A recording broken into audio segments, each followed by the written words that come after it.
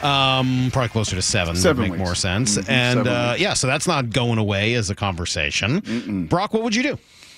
You feel a conviction. I do. I feel more of a conviction on this than maybe I have in years past. I think like the Anthony Richardson, I was a little uncomfortable doing that, going up to number 3. I know you liked him. I still like him. I think he's going to be the story of the NFL. He'd have been pretty intriguing. If he had the 5th pick this year, it'd be so intriguing. I think he would. I think he is going to be the story of the NFL next year. Yeah, he has some accuracy. And actually, I screwed up the accuracy thing. It was 3 prongs. This is why I keep all my show notes, Salk. I've kept them for the last couple of weeks. I'm going to put them in a little binder. It was, Chris said, accuracy is 3 things. It's anticipation, it's being able to change the pace, kind of feathering the ball, and then ultimately that placement, that location. And there are some concerns a little bit with JJ. That's real. I'm not going to be blind to that. But my conviction is this, that if John Schneider and Mike McDonald, and Mike McDonald was embedded with Michigan for a year. If he says to John, we got to go get him, I don't care. This is the guy that I want to build the program around. He's a leader. He's a winner. He's tough. He's South Chicago. He's all of these things. Sent you a play last night that reminded me of Patrick Mahomes back in the day, where he was on a dead sprint. This was versus Nebraska. It was the end of the half. It was a perfect game management. He took a completion. He threw a ball away, let him right down the field, managed the clock perfectly, like an NFL quarterback has to do. And then a free rusher comes. He spins to his left as a right-hander, and he is probably running 19 miles an hour. It is not a jog. He is at a dead sprint, flips his hips, and throws a laser 30 yards down the field for Roman Wilson's 8th touchdown of the year. I mean, an absolute dot. A play that Geno, at this stage of his career, could not make. A play that Michael Penix, just with his talents and what he is, could not make.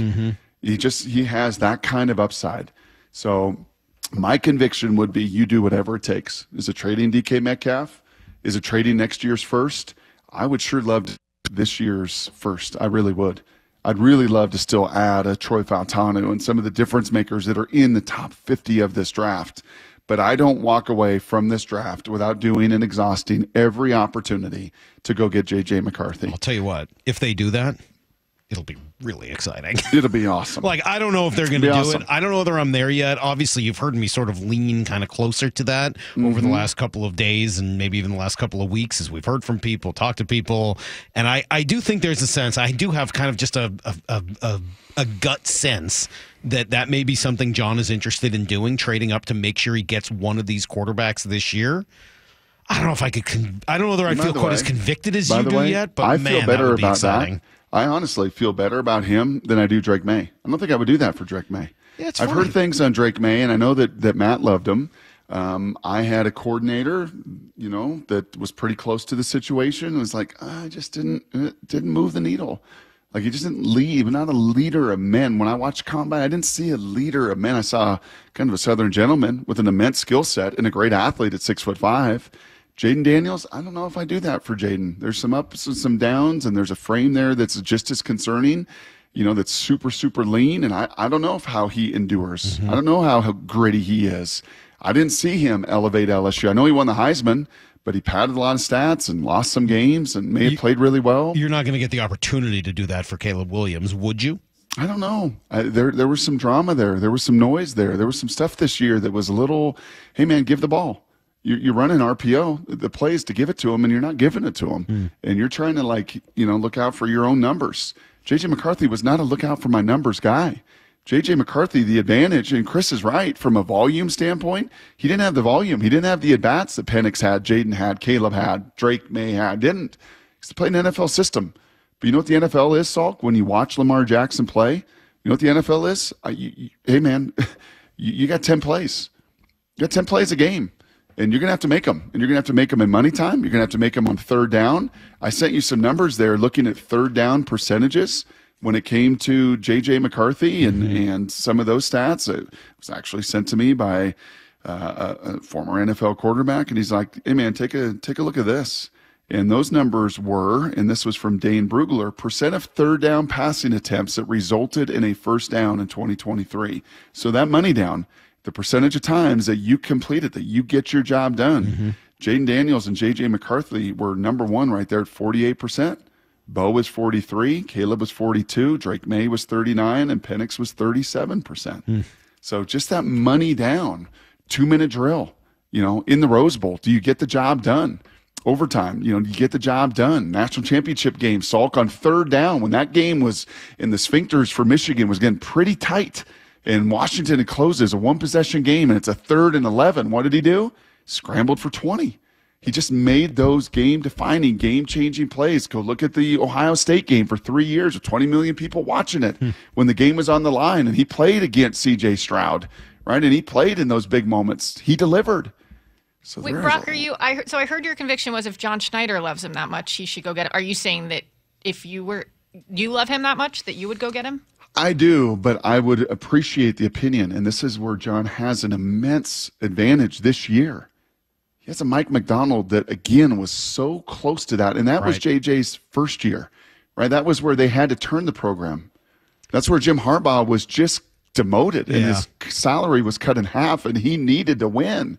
And Mike came in, and JJ rose up, and they did, and they got, all the way to beating Ohio State finally. Yeah, it's interesting what the response this generates, and I got texters here saying everything from 100% times 5 to the single dumbest comment I've ever heard from Brock. I'm disappointed. You guys have Sports Insider myopia. The whole city will be excited about J.J. McCarthy. Sorry, that's just bizarre. If John Schneider and J.J. McCarthy's former coach in Mike McDonald trade up because they're that convicted on J.J. McCarthy, you better be excited. Yeah. I mean, that's on you if that doesn't excite you. If they were to draft him at 16, you'd be like, okay, I'm not that excited. I'm worried. Okay, fine. But if you don't get excited to trade up for a quarterback that these two guys love that much, well, that would surprise me. I tell you, I would be jumping up and down pumped. I hear the other side, and you're going to hear these like gurus, and you're going to hear, because they're going to hear it from scouts. Oh, JJ's is a half field guy. He can only do half field progressions.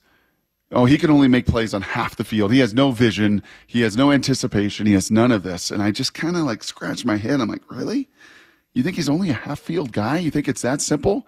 You know what that was at Michigan? It was an NFL playbook led by an NFL head coach who was just hired as the #1 commodity in the NFL that a lot of people wanted. Yeah, they didn't do a ton because they had Roman Wilson, and that was about it. Yeah, so you got to answer, I think that starts to some of these questions. Like, Brock, that's ignorance. You won't do it for Caleb, but you would do it for JJ?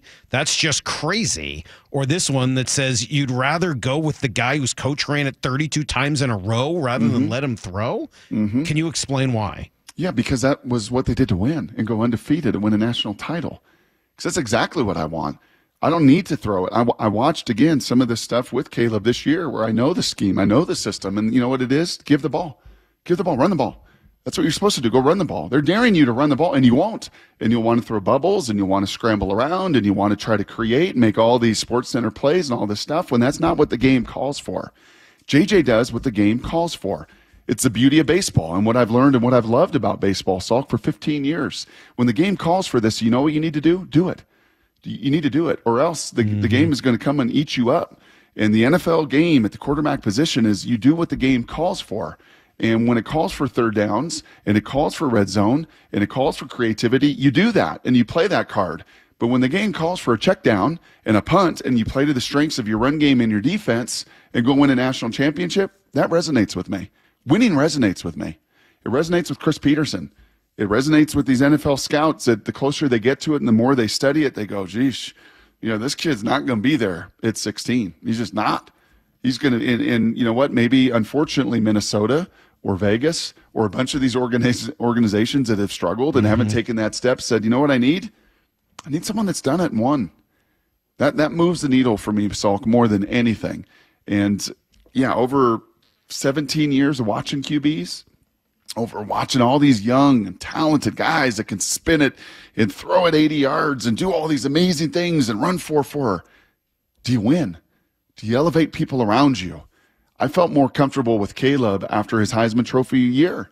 I thought there was a lot of that. I thought when he was thrown in as a true freshman to Oklahoma, and I get why he'll be #1, and he could be awesome, and he could have a great NFL career. But last year, there left some things to be desired for me. I didn't see him elevate. I saw him make it a little more about him than the rest of the guys around him. And for 3 years, JJ never made it about him. He made it about everybody around him. It was a big day, bro.